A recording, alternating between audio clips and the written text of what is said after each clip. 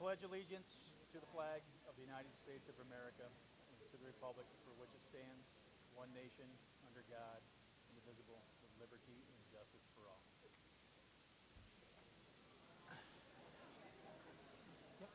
Is the mic on? Okay. Okay, perfect. Yep. So you got to call the meeting over. Okay.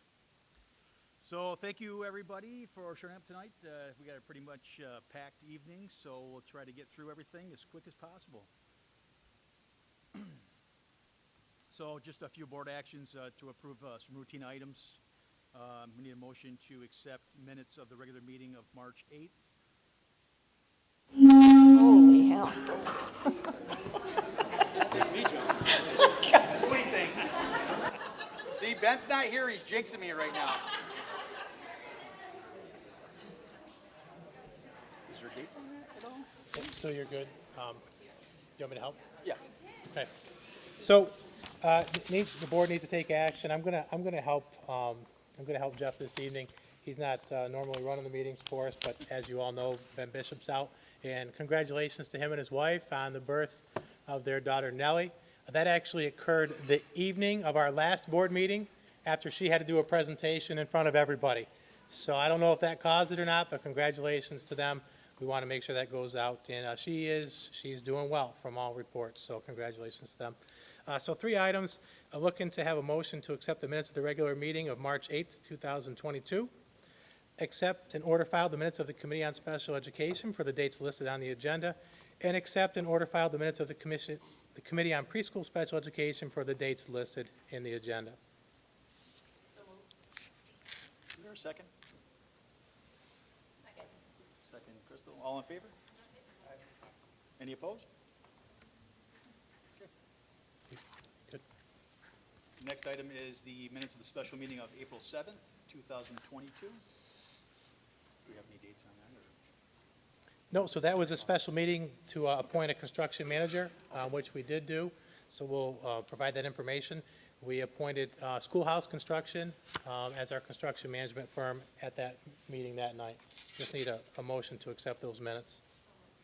That's Amanda, thank you. Second. Second. Crystal. All in favor? Opposed? Passes. Do you want to do student recognition? Or we do it? Okay. So we have a ton of people here tonight, so we'd like to keep you for 3, 4, 5, 6 hours, if that's okay. Scratch, is that okay? All right, good enough. So Scratch has got a speech he wants to give in front of her. Sorry, folks. But we have a lot of students to recognize tonight. It's probably, not that our meetings aren't fun all the time, but recognizing our students is certainly my favorite part. I'm sure it's the board's favorite part too. And we have a lot of students here tonight, so we're going to turn it over. Actually, I want to do something first. I'm going to turn it over to Mr. Carpenter. While you're going up, I'm going to do a couple other items. So I want to recognize some students, and this email just came to me and Mr. Carpenter and Mr. Benefield yesterday, and it's actually from the Hudson Falls Girls Youth League Softball. Lori Landfear, and she just was writing to say how appreciative she was that our varsity and junior varsity softball players from here at school showed up and helped them conduct drills over at the Dome as they're opening up their season for the first time after 2 years of shutdown due to COVID.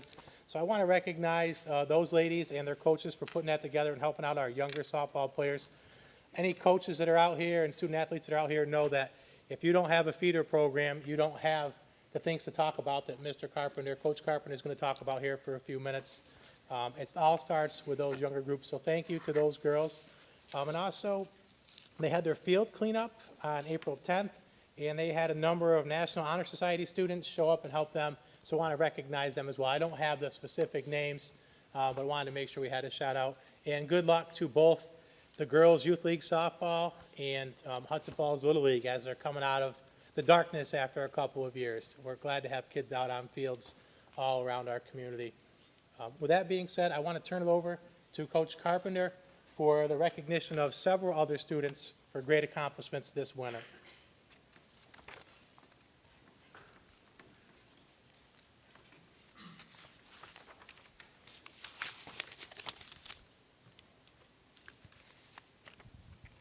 Good evening, everyone.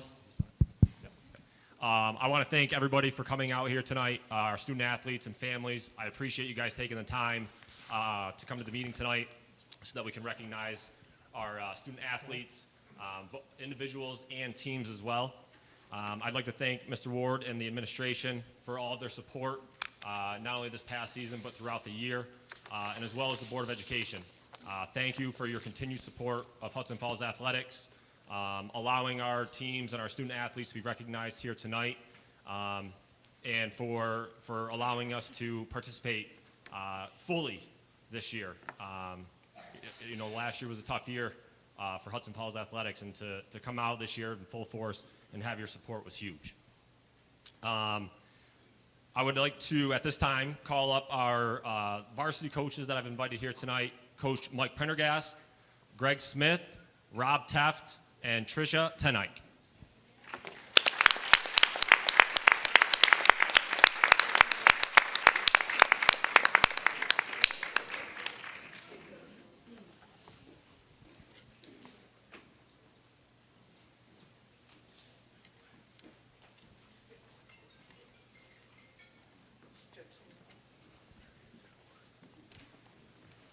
So before calling up our student athletes and our teams here, I have to take this time to recognize this group of coaches, as well as all of our other coaches that we have here in the district.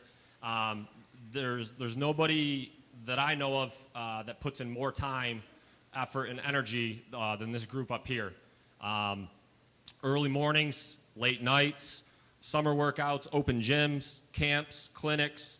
Like I said, nobody's putting in the effort like these guys are. Anytime the kids need to come in, the key is put in the door, and it's a true testament to the success that our teams have. So thank you.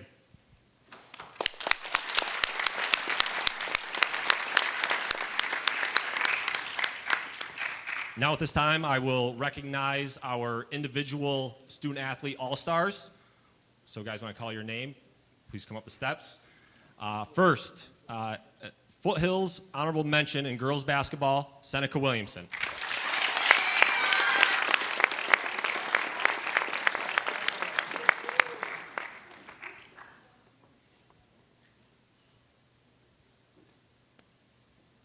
I believe Seneca already has her certificate.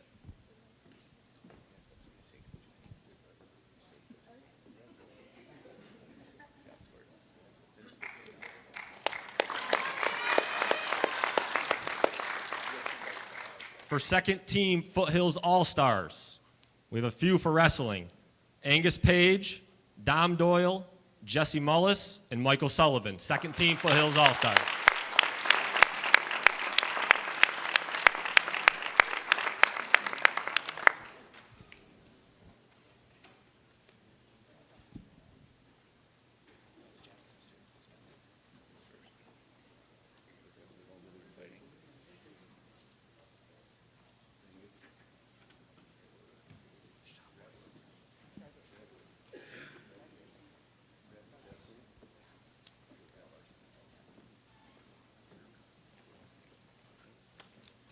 Second team Foothills All-Stars in boys basketball, Evan Kwasniewski.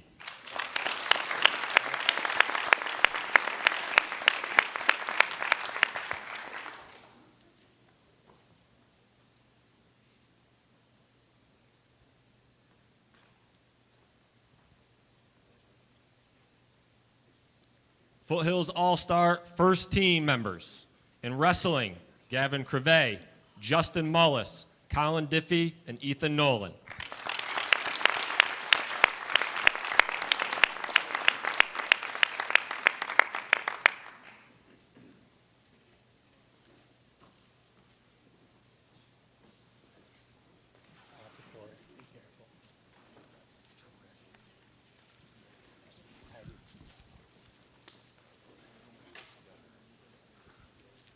First team Foothills in boys basketball, also named to Daily Gazette honorable mention area all-star team, Ben Schwartz.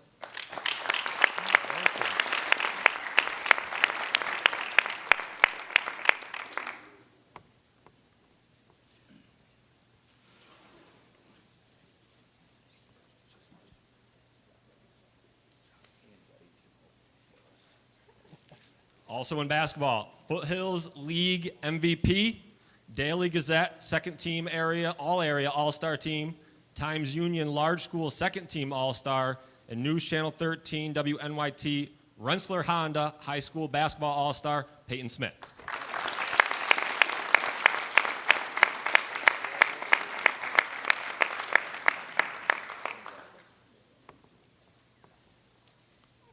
We also had an individual wrestler who won the Section 2 Class CC 8th grader, Justin Mullis.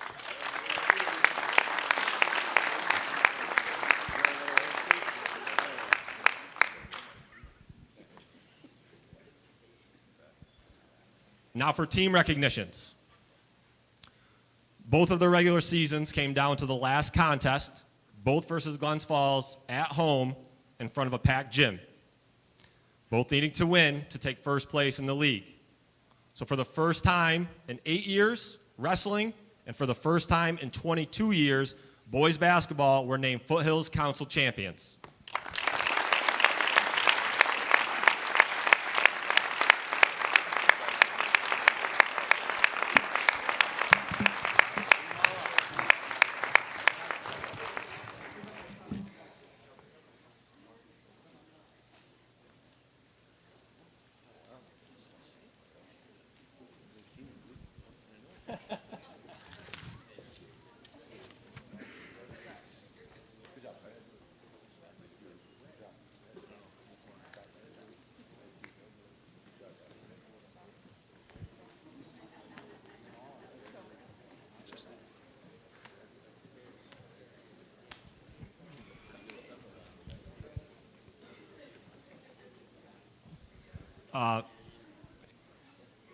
In their first year being recognized as a competitive cheer team, this group worked hard all year, went to competitions all season, and eventually went on to win the Section 2 Small D2 Championship and earned a trip to Rochester to compete in the New York State Championships, competitive cheer.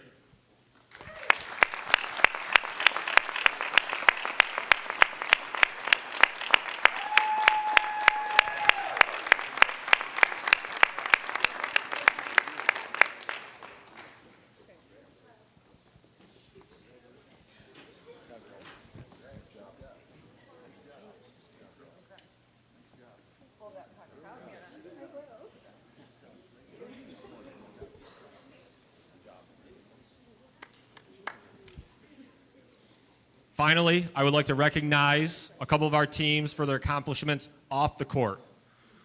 Both boys and girls basketball teams were recognized as New York State Public High School Athletic Association Scholar Athlete teams. To earn this, the team's average GPA for 75% of the roster must be greater than or equal to 90. Both teams were able to maintain a 94 average during the winter season. Boys and girls basketball. That's awesome. That's awesome.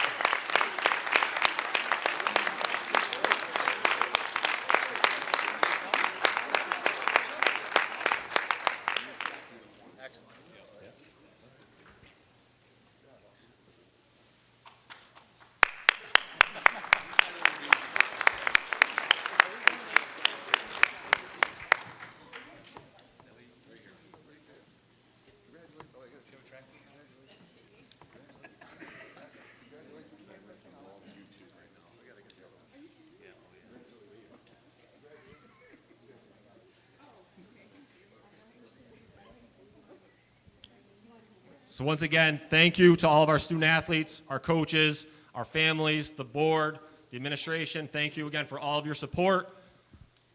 I mean, taking a look up here and seeing the number of student athletes we have, their accomplishments on the court, on the mat, in the classroom, is a true testament to their hard work. So it was a season to be proud to be from Hudson Falls. Thank you.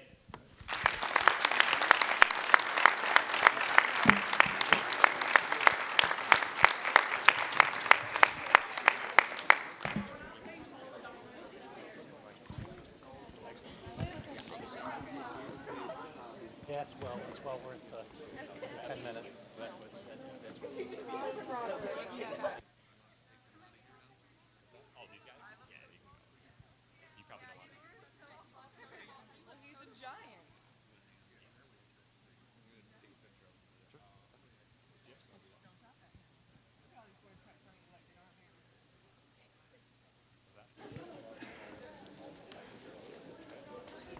Let them get down first.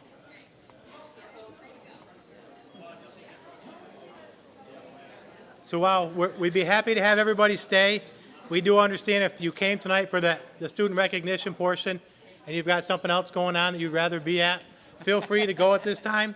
You're certainly welcome to stay all evening. The meeting is open to the public all night, but we're going to try to get back to our regular business in another couple of minutes. Again, congratulations to all the parents, families, coaches, and student athletes. Great work. So much to be proud of this winter. Now we're moving on to public comment. Right? Isn't it next? Good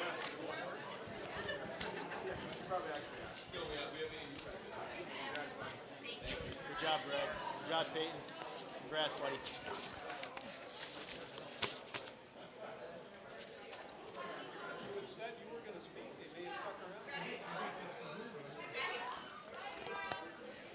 We'll let the room clear a little bit, and we'll open up for public comments.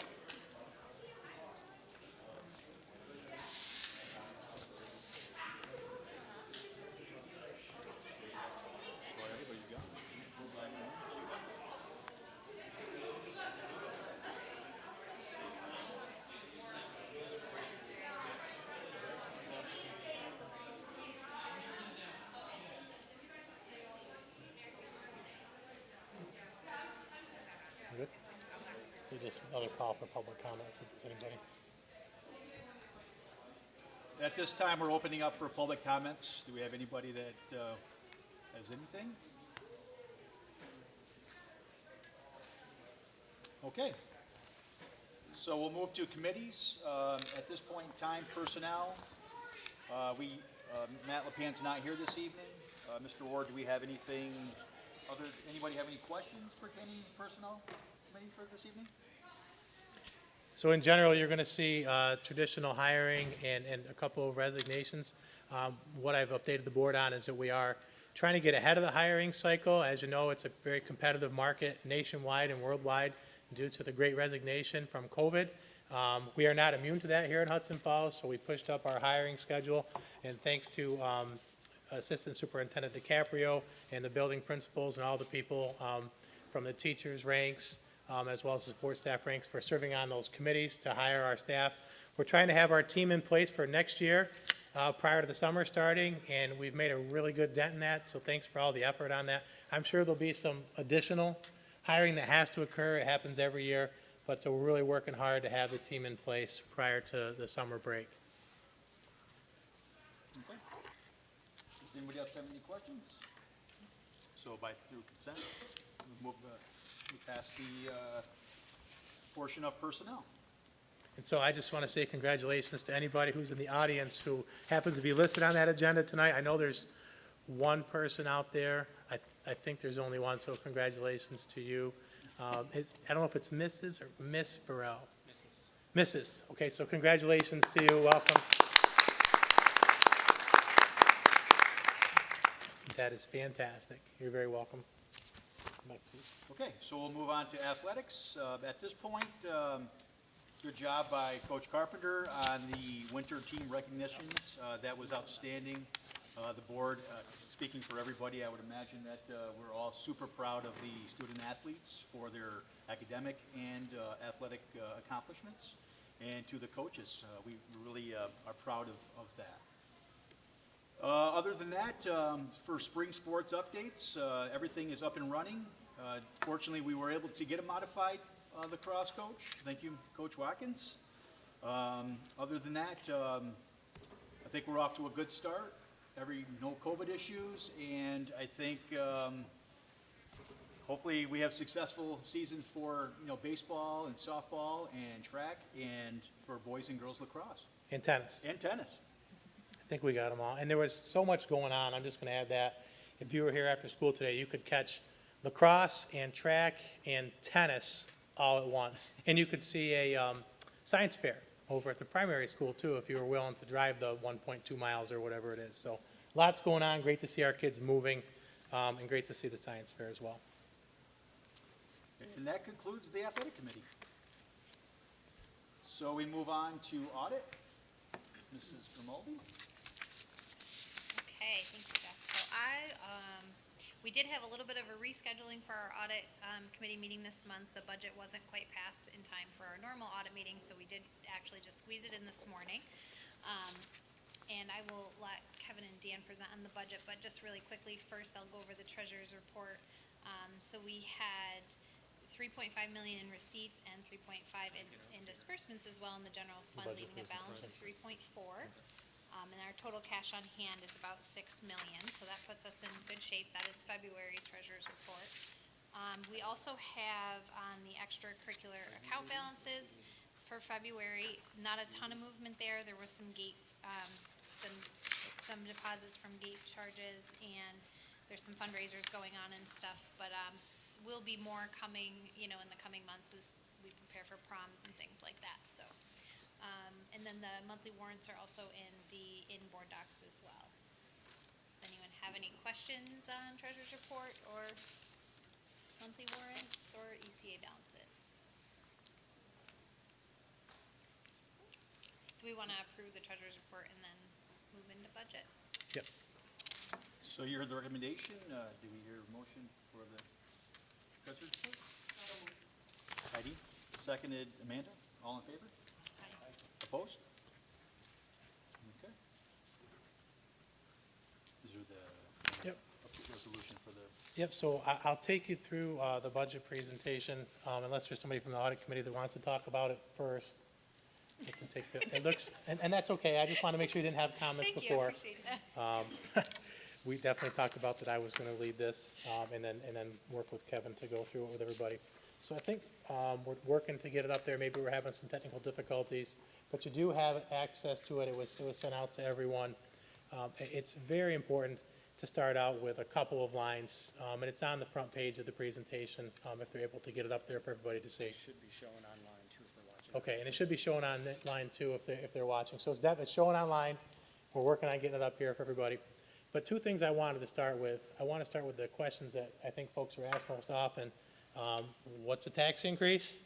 And what's going to be offered or not offered to our children next year because of a tax increase or because of having to cut program? And so very happy to say that the budget plan that we're asking the board to approve tonight has a 0 tax levy increase over last year. And just for historical purposes, you also went out last year with a 0% levy increase. So that would be 2 consecutive years of 0% tax levy increases for our public to vote on. I will say that you can't do that every year forever, but it's great to do it when you can. So the first part, tax levy increase, is 0. Second part is this actually, this budget increases opportunities and supports for our students. So that's where I want to start. So if somebody picks this up and only reads the first slide, that's what they're going to see, and that answers a lot of people's questions right off the bat, I think. I also, in the presentation, and you'll see it again when we have the budget hearing, I go back to mission, vision, and value statement, because that's what we talked about back in August when I came on board, that everything we do, we want to be able to point back to that. And if any of us loses sight of that, we should remind each other, hey, let's get back to what our mission is, our vision is, and our values are for our school district, because that's going to serve our students the best in the long run. So I'm not going to read those to you again, but know that this budget was put together by the audit committee with input from full board, and obviously a lot of hard work from Kevin and Mary Kay, and for the presentation, Kelly and some other folks. I want to give them credit where credit is due.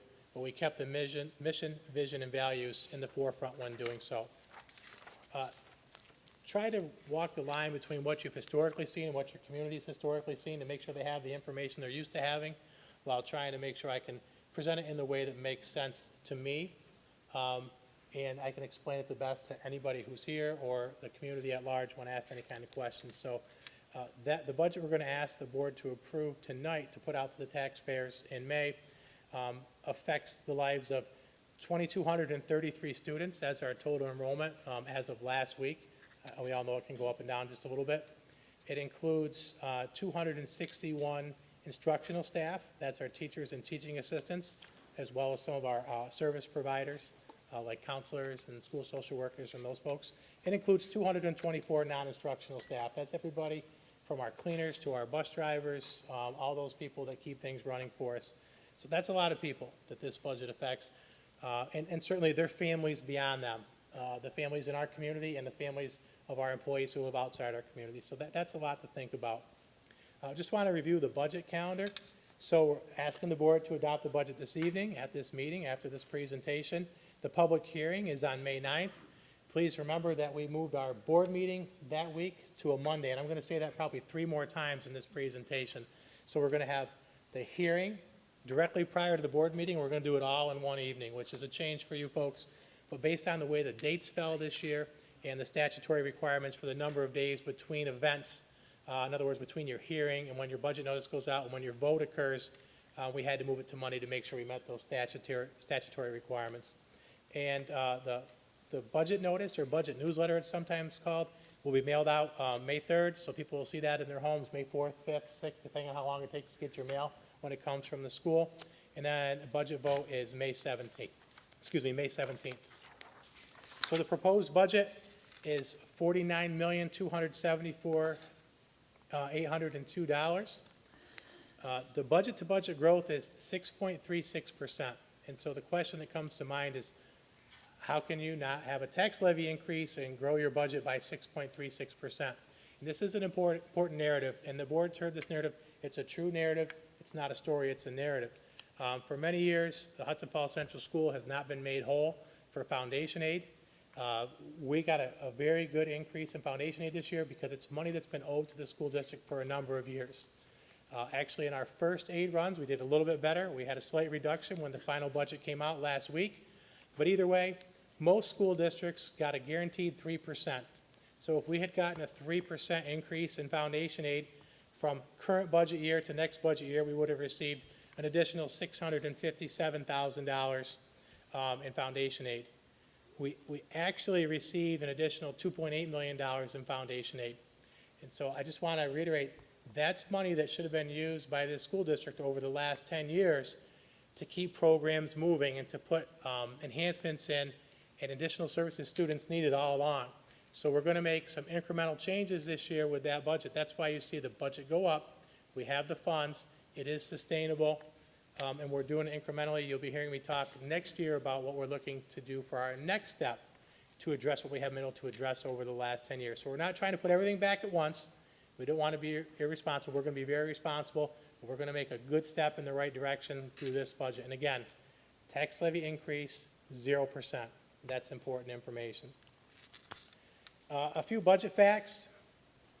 So there's, on top of the budget that's going to be voted on, there's other propositions. We're looking at 4 vehicles, 2 66-passenger and 2 44-passenger, I believe. We have a 90% New York State aid ratio for transportation, and that keeps our fleet up to date.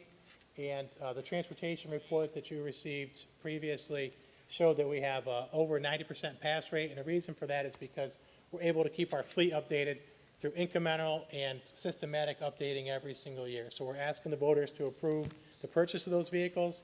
They're going to be swapped out for our older vehicles and providing a real safe opportunity for transportation for all of our students. We're going to be asking for something that's new to this district. So we're used to voting on a budget and voting on buses here. This next piece is new for Hudson Falls, but there's good reason. As you know, we're working on our first capital project that's been done here in a while, and we're scheduling out capital projects over the next 10 to 15 years. Many districts have a capital reserve, so we're asking the voters to approve a capital reserve.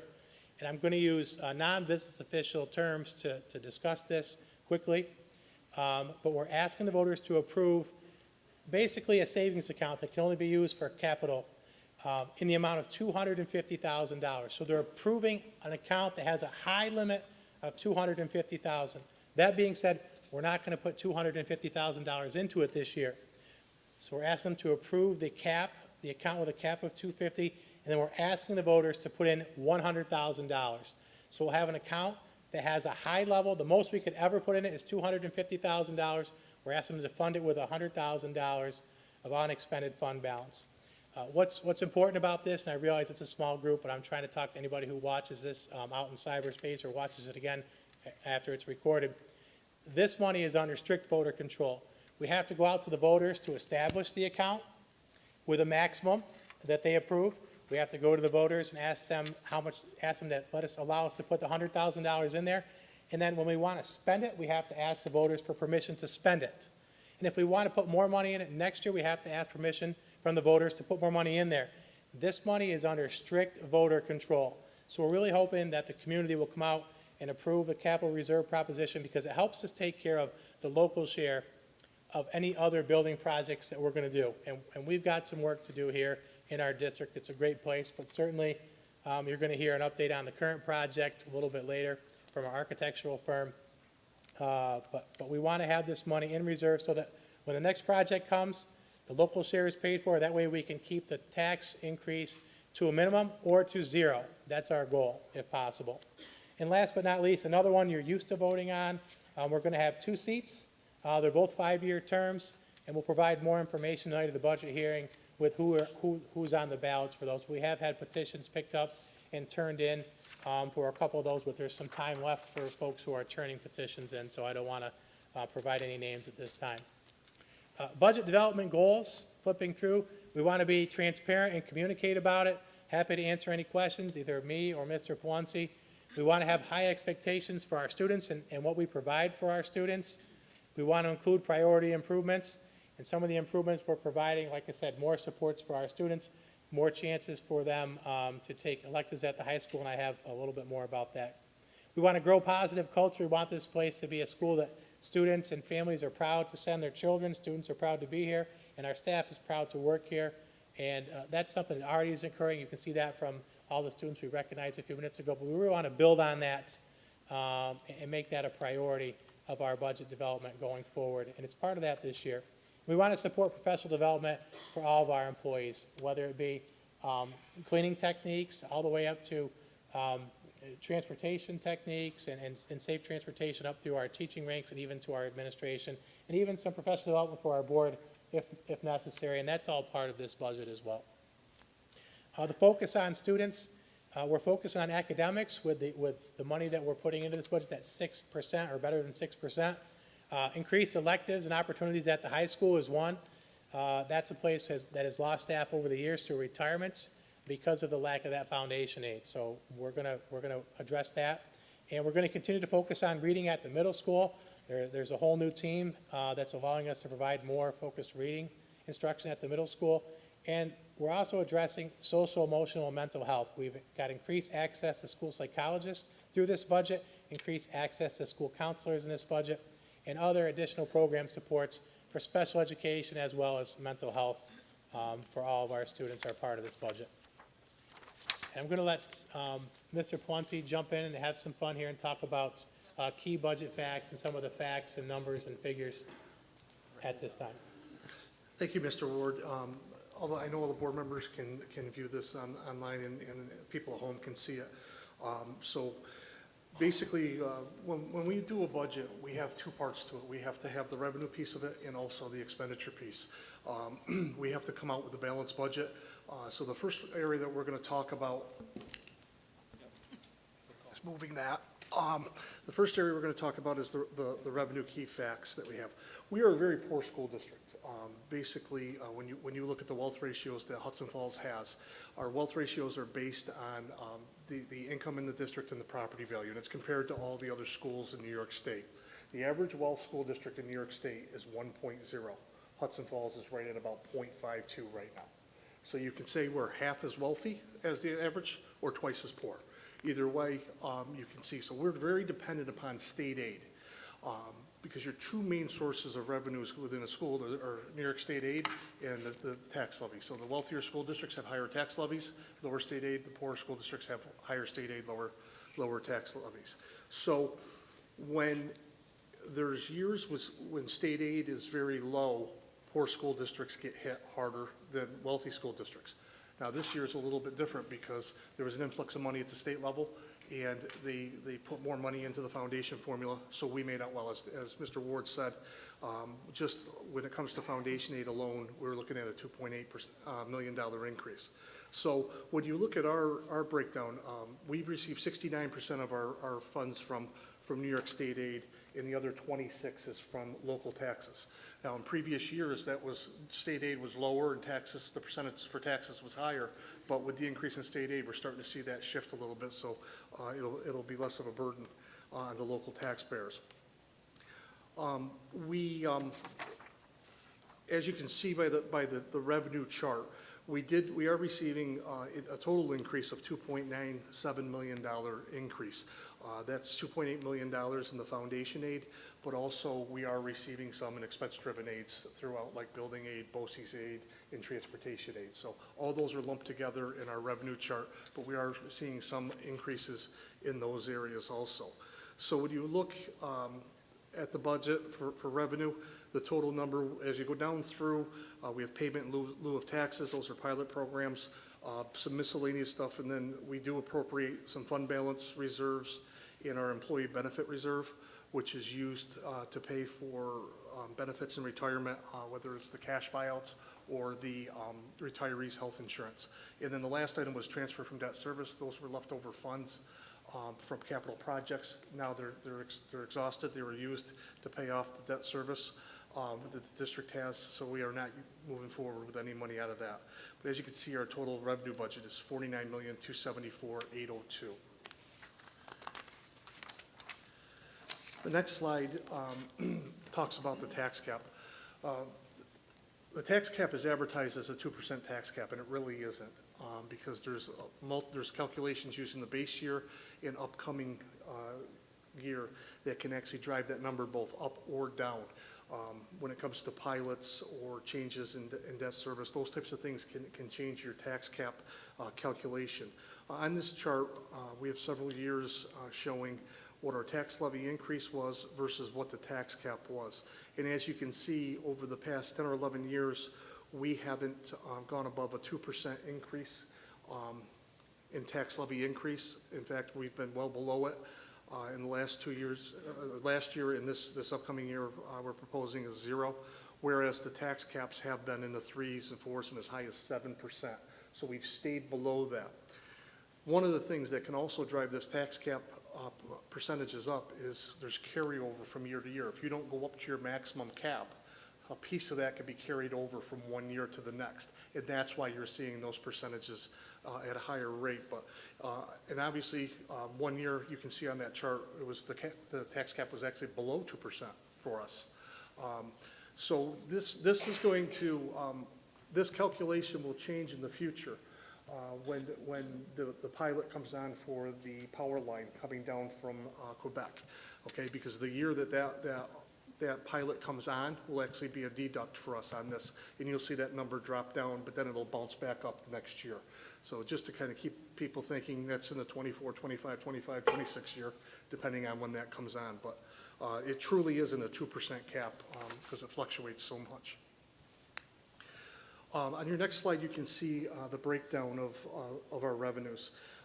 Like I said, there's 69.52% comes from state aid, 25.78% comes from local taxes, and only 4.7% comes from other sources. And again, on the next slide, it kind of breaks it out in a different way. You can see our local, the tax levy number for 22-23 stays the same. We had the $2.9 million increase in New York State aid. When it comes to fees and others, those are some of the pieces that we get with refunds, admissions, different things like that come through the district. Those run about the same each year. So the bottom number, though, is $49,274,802 moving forward. Next piece is the expenditure plan. This is the flip side of it. And we do the expenditure plan in a couple different ways. As we're working on our budget and our expenditure plan through the audit committee, through meetings with Dan, Mike, myself, getting input from principals, just basically starting back in December, January, depending on the information we have on hand. We actually start off with a 4-part budget, which is general support, which is basically your administrative piece, instruction, transportation, and employee benefits and debt. And from there, what we do is we convert that to the 3-part budget, which is required for going out in the budget notice. But as you can see on the first part, Our instruction is our largest piece. It's over half of our budget. It's 50.37%. And then the next largest piece is employee benefits. So you're at over 86% of what we spend is on salaries and benefits. So it really doesn't leave a whole lot of discretionary spending outside of our budget. Because then when you look at, there's transportation, which is roughly 4.4%, and then the administrative component, which is 9% of what we spend. And we'll talk a little bit about these sections as we break them out into three-part in the next couple slides.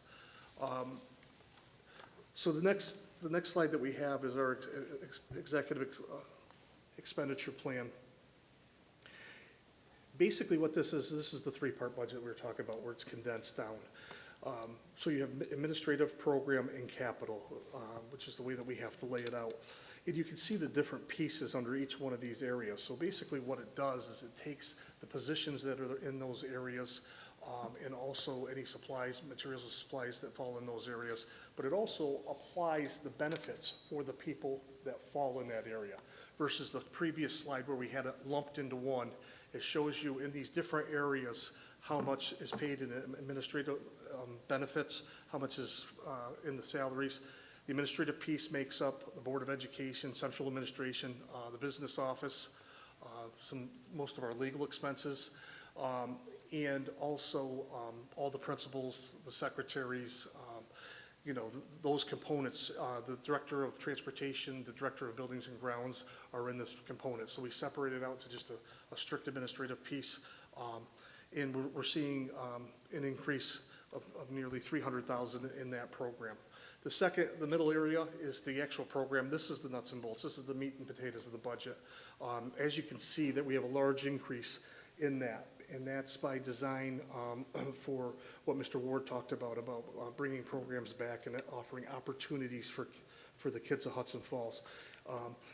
You're starting to see a lot of our expenditures in there or for some additional staffing, but also we have also settled contracts. We've tried to make corrections in our contracts that have gone through the board with our different bargaining units, and they're accounted for in there too. So that's why we're seeing the increases, the large increases that you're seeing in there to offset the state aid increases. So, and the last piece of it is capital, and that's basically our plan operation and our debt service. As we're talking about capital projects, which we'll be talking about in a few minutes a little bit, that's our bond principal and interest payments that we have on our capital projects fall in this area. That's a large portion of it. And then the plant operation, which is the maintenance for inside the facilities, but also outside the facilities. So as you can see at the bottom of that for 22-23, we're at 49,274,802. So we have a balanced expenditure plan. The last piece I have for tonight is the transportation purchases. Mr. Ward alluded to this earlier. We're looking for 2 65-passenger school buses, and they're going to be gasoline, and also 2 44-passenger school buses, which is gasoline. We're not purchasing any propane buses this year. We have a goal of getting to a certain number of propane. We've reached that. So now what we're doing is switching the remainder of our fleet to gasoline versus the diesel buses. We're finding that gasoline is much more efficient and a lot easier to fix for transportation. So this will be not to exceed $375,000. So what we'll do is we will also retire several school buses and use them as trade-ins against the new buses. And so when we take out a bond, it'll be less than $375,000 to replace all 4 school buses. Thank you, Mr. Ponce. So just going back, and folks who have seen me present on the board, seen me a few times, try to work kind of in a circular motion to end where you started to bring it all back together. So 4 things you're going to be voting on. Tonight we're asking the board to approve this budget, but for the presentation, there's several things. Proposition 1, when the vote date comes, will be the spending plan of $49,274,802. Proposition 2 is a transportation purchase, as Mr. Ponce just provided some more detail for those 4 vehicles, not to exceed $375,000. Proposition 3, the creation of the capital reserve. And again, that is the public allowing us to have a capital reserve account with a cap of $250,000, total amount we could put in there, and ask them to fund it with $100,000. And that money is under strict voter control. Vote to get it in, vote to get it out. So I just want to put that out there. And then last but not least, the Board of Education, those 2 seats, both 5-year terms. Going back to the budget calendar, just to get the dates out there for everybody, asking the board to adopt the budget this evening. We have our public hearing on May 9th. It's a Monday. We're going to have our board meeting directly to follow. That information is posted on our website. We'll put out some more notification about that. The budget notice, budget newsletter will be out in the mail May 3rd, and the vote is on May 17th. So this year, like last year, in-person voting, there is here at the high school gym from 12 to 8 p.m.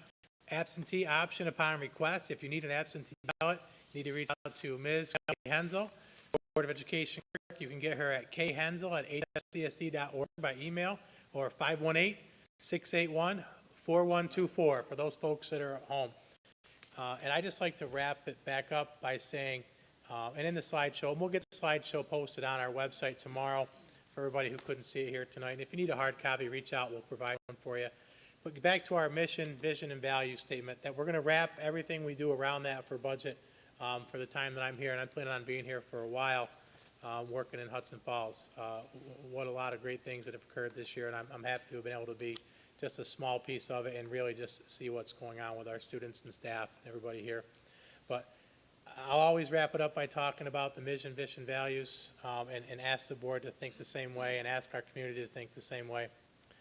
With that being said, any questions from the board about the presentation for either me or Kevin or even Mike? Or the audit committee, if you want to put them on the spot.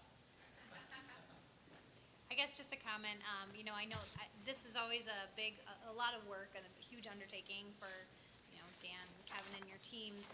And certainly this year wasn't any easier getting the numbers so late in the game before you had to get this all prepared. So great job with everyone, and I think it's a strong budget, and I think it'll really support our kids and give them a lot of opportunities and support, again, like Dan said, the mission, vision, and values that we're committed to. So good work. And hopefully the community is supportive of the budget come budget vote day. Any further? No, good. Just think you need a motion to approve. Okay. You heard the recommendation. Do you have a motion to approve? So moved. Crystal? Heidi, second. All in favor? Aye. Opposed? So we'll just do the result? Or we good? We're good? That concludes the audit committee.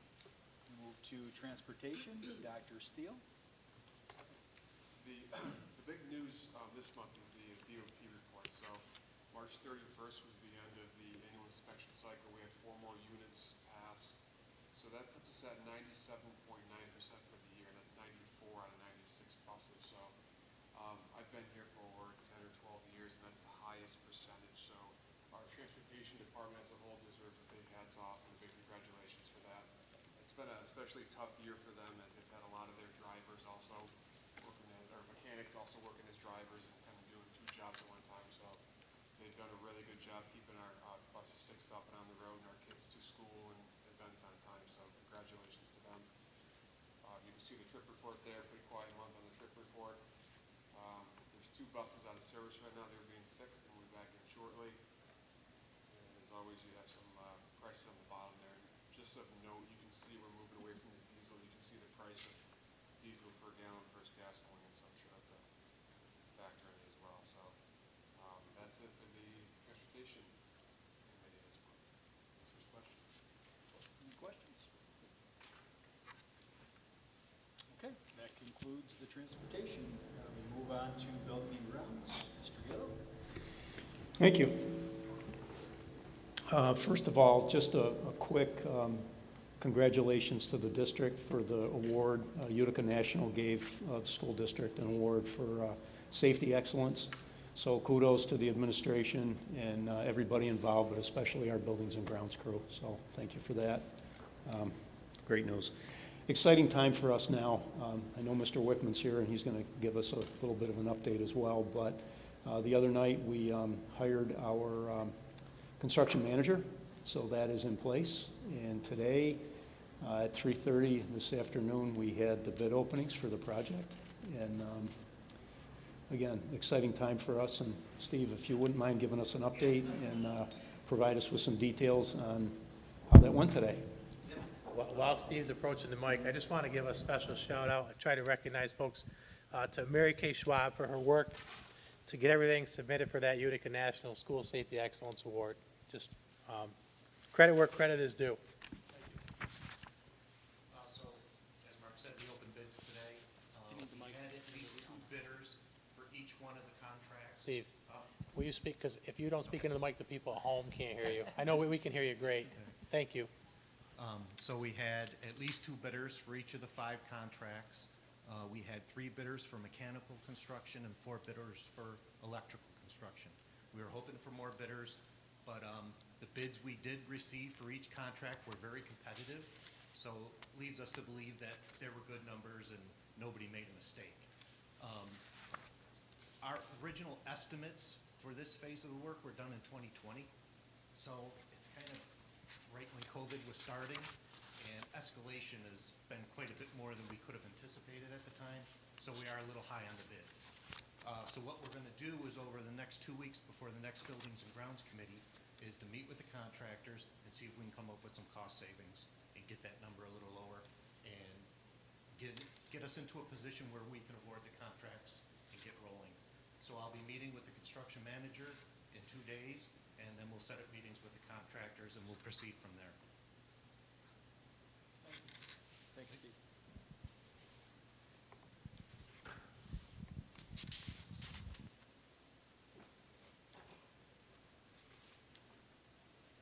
Good.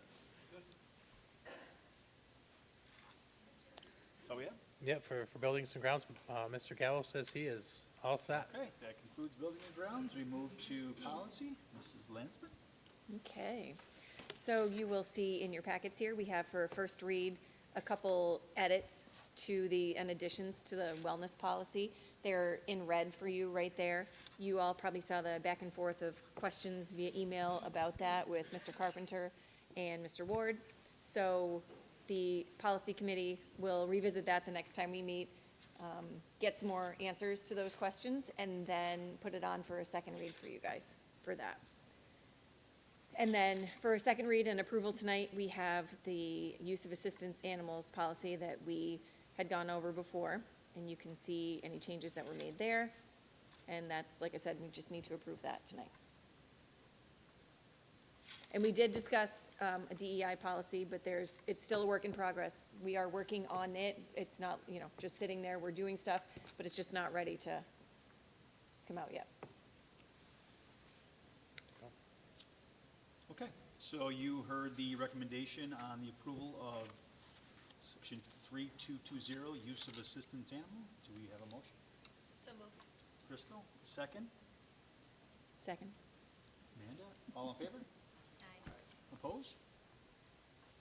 Okay. And last but not least, advocacy. Mrs. Vanderkolk. We don't have anything new this month in advocacy except for the final budget coming out a little lower than the projected budget. But Dan already touched on that. Yep. And I'm going to add briefly that we've been talking about community connections through advocacy. And you will see this week's video from me for the folks who are still watching those videos that we talk about some activities that occur in our county and some activities that occur at the Hudson Falls Free Library that our families could take advantage of if they're going to be in town for a staycation over the spring break. So we're trying to really highlight those things. There are great things for kids and families to do that are low or no cost right here in our backyard. So that's one of the things that came out of those committee meetings. Yep. So you'll see it coming out, and you'll see it'll be in the newsletter when that is released this week as well. Okay. So that concludes our policy committee. agenda, so move on to new business. Do you want to cover the new business part? Yep, so, under new business, the first item, I have a motion on there to, declare, May 27th, 2022, due to the remaining snow day balance that we have here in the district, a school holiday, pending at least 2 snow days being available as of that date. And the reason why I do it that way is so that if something happens and school needs to be closed due to a widespread power outage or something beyond our control, that everyone knows ahead of time that that means that will not be a school holiday. This is not precedent setting. It also is not something that you folks have done here very often in history, so I did some research on it. And I know that I have over and over again said our goal is 100% in person every day for all of our kids. I still believe that 100%. I don't want to be contradictory. I also believe that our faculty and staff have gone above and beyond to make it so that could be a reality for all the days we've been here. I think we had 2 days where we had to be remote because of some transportation, lack of complete transportation. We also had a few days that week where we asked parents to transport. But overall, people have moved mountains to make it happen. So I think if any year is a good year for a resolution like that to pass, this is that year. But again, open to your discussion. It is totally up to the board. And that's my 2 cents on it. Does anybody have any questions pertaining to that? I think it's an absolutely great idea. So you heard the recommendation to approve a school holiday on May 27, 2022, due to remaining balance of snow days, pending at least 2 snow days being available as of that date. Do we have a motion? So moved. Amanda, second? Second. Crystal, all in favor? Opposed? Okay. So the next item is the Hudson Falls Administration Associated Contact, MOA. I believe that Mr.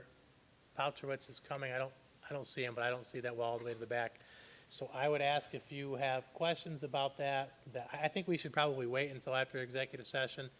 And again, nothing changed from the document that you received, but he is coming just to provide you an opportunity to ask questions with that, along with another item. So I would ask that you table that until after executive session. And again, not because there's any concerns, just because it gives you that last and final opportunity to have that conversation if necessary.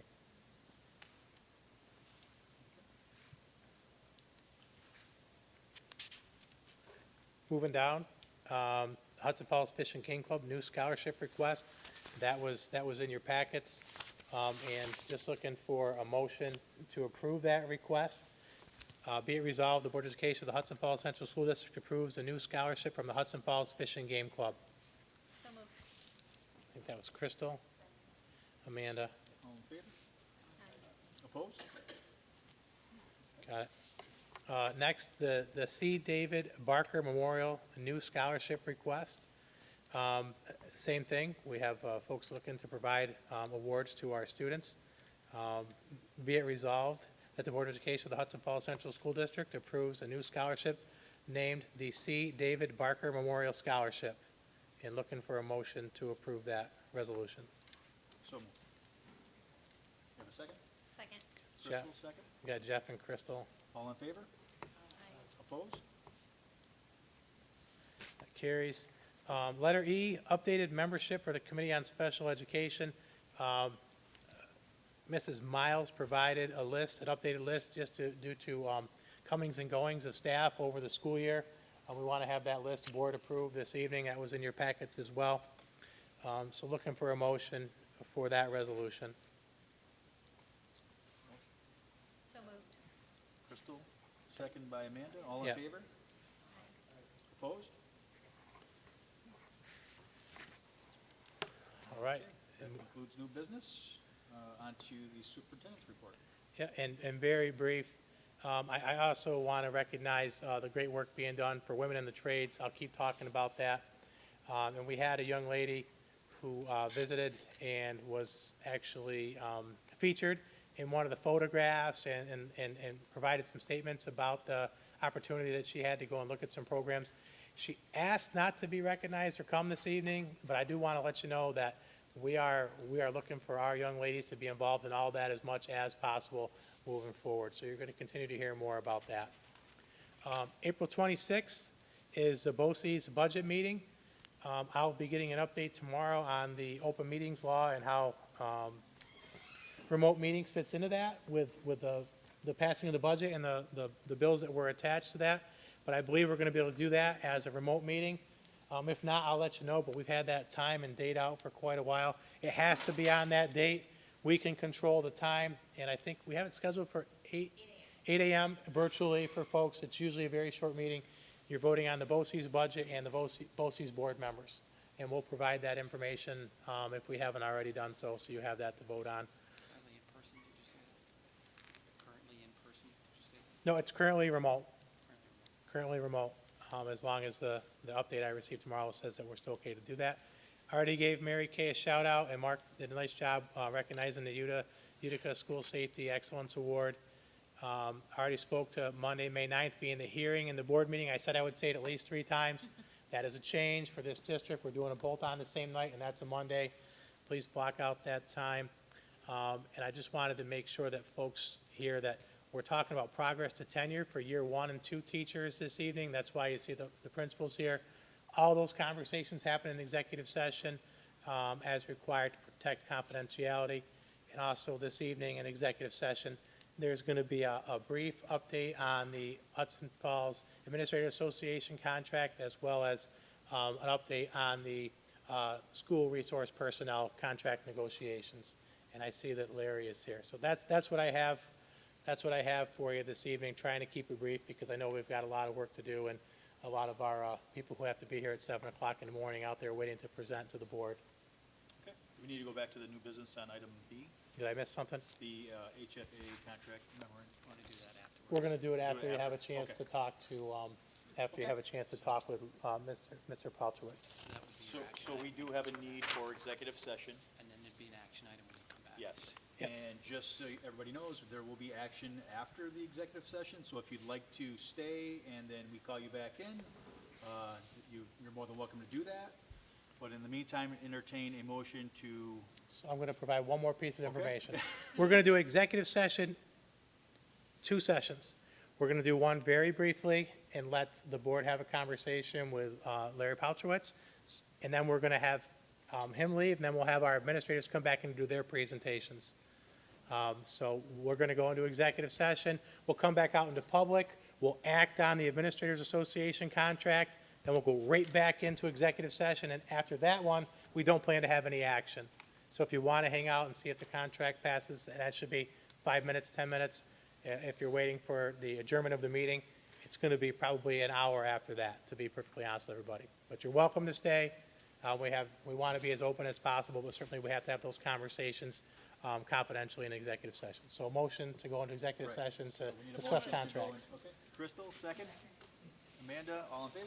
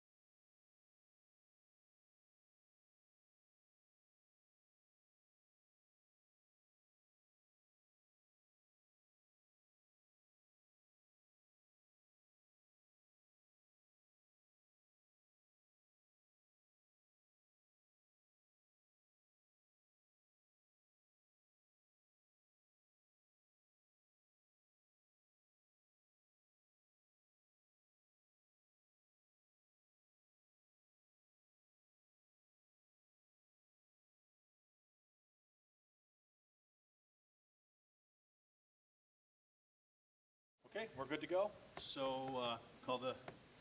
Did Brett say? Yeah, Brett, we're good? give the thumbs up. Okay. Yep, thumbs up.